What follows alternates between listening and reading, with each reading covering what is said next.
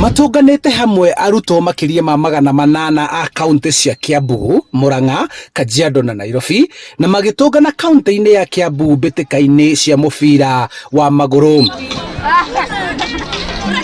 Makocha marambĩte gũkorwo na ihinda rĩa gũthomithio ciĩgiĩ mathako nĩguo gũteithĩrĩria gũkinyanĩria mbĩtĩka ici na njĩra ĩrĩa yagĩrĩire. To improve our infrastructure.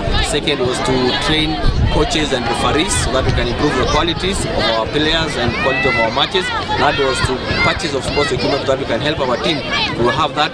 Fourth was to improve our infrastructure, our grounds so that they can be good and also have an incubation center. So macindano ta maya marĩthaganagio hĩndĩ ciothe cukuru cia hingwo, kũrĩa ahotani marĩheagwo uniformu, indo cia mathako na mĩbira, nao athaki arĩa ega nini kũnyitĩrĩrwo na kũingĩrio timu-inĩ nene cia bũrũri. Tunaomba tu government ndio wakamini pia wa pump more in terms of equipments, balls, mauwanja, watupatie access ya mauwanja. Uwanja ni challenges. Pia tunafaa kupea watoto nafasi ya kuja kucheza na kuweza kukutana na watoto wengine, kupigana chobo, kupigana kanzu, hiyo ndio pia wanapenda on top of the academics that they are doing.